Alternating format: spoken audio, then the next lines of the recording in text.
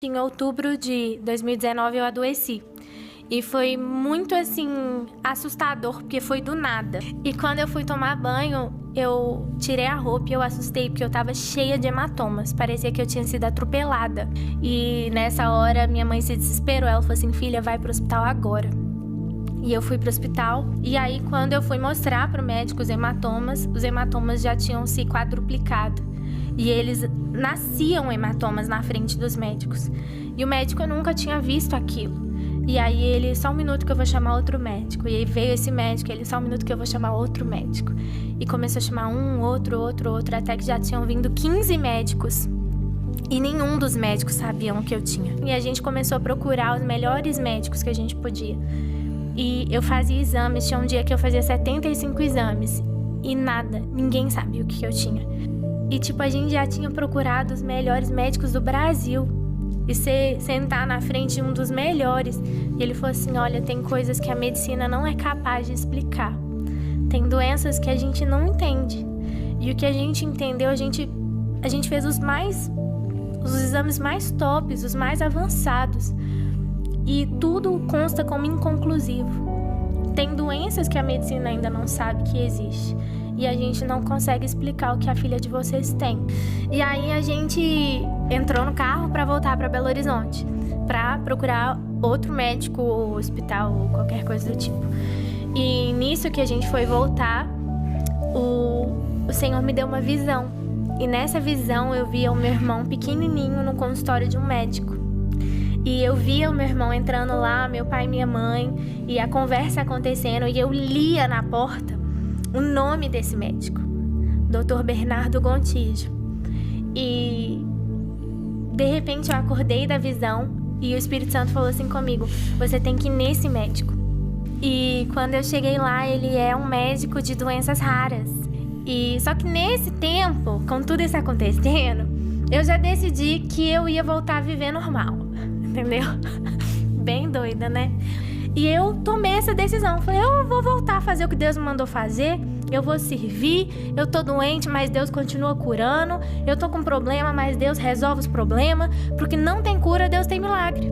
Com isso tudo, eu apresentei e ministrei e preguei o Congresso Moças Diante do Trono. Profetizei cura para muitas jovens.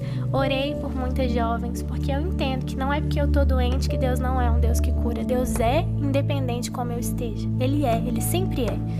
E nesse processo todo, eu recebo uma ligação de uma pastora de Manaus, de uma agenda que estava marcada, né, antes de eu adoecer. E ela falou assim, oi Lu, tudo bem? Eu tô ligando pra... Aí eu pensei, né, cancelar, Covid. Ela falou assim, pra confirmar. E aí eu tava pronta pra falar com ela, né, pastora? Infelizmente eu não vou poder ir e tudo. E aí quando eu fui falar com ela, o Espírito Santo falou assim comigo, você vai. E quando eu cheguei, essa é a parte mais linda. Quando eu cheguei, tinha uma salinha, sala pastoral, assim, né? O pessoal chama de sala VIP, mas eu não gosto desse termo. Aí tinha a sala ali e quando eu entrei, tinha um cara tomando soro na veia. O que eu achei que era soro na veia. E uma enfermeira. E eu falei assim, o senhor passou mal? E esse cara virou e falou assim, não, eu não passei mal, não. Eu tô fazendo minha última sessão de quimioterapia. Falei, quê? Ele falou assim, eu não quis deixar de vir. E eu tenho um câncer terminal. Eu tenho um câncer de 11 centímetros. E eu vim pra cá e eu tô fazendo minha última sessão de químio. E quando ele falou isso, eu esqueci que eu tava doente. E eu saí correndo, eu ajoelhei nos pés dele e eu comecei a orar. E eu orava e eu falava, Senhor, cura a vida desse homem, Deus, cura a vida desse homem. O Senhor morreu na cruz pelas nossas dores e enfermidades também, Senhor, cura a vida dele. E eu orava por ele e de repente a pastora encostou em mim, ela falou assim, Lu, sua banda já tá lá em cima, os meninos já estão tocando. Eu saí correndo, eu falei assim, você tá curado, você crê? Aí ele, amém. E eu saí correndo e fui ministrar. E quase 99,9% dos congressos eu faço o louvor e a pregação, mas nesse era só o louvor.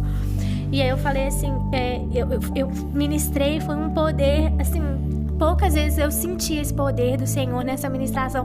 Eu acho que literalmente, né, era entre vida e morte ali. E quando terminou a minha ministração, eles falam, com vocês o pastor da noite. E entra o cara.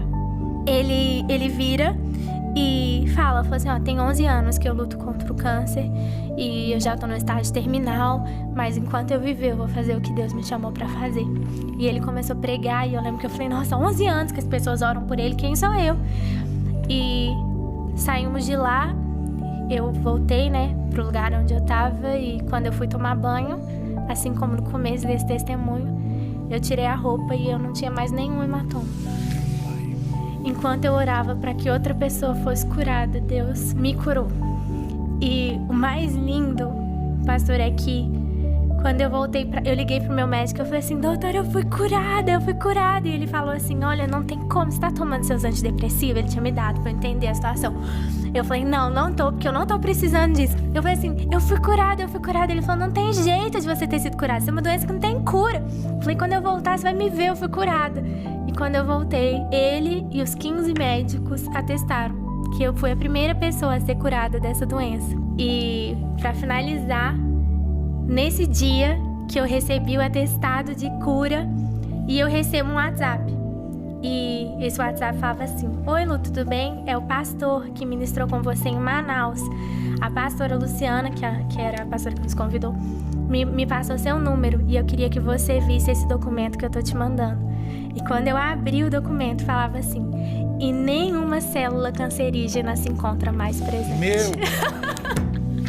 Esse é o nosso Deus. Gente, olha...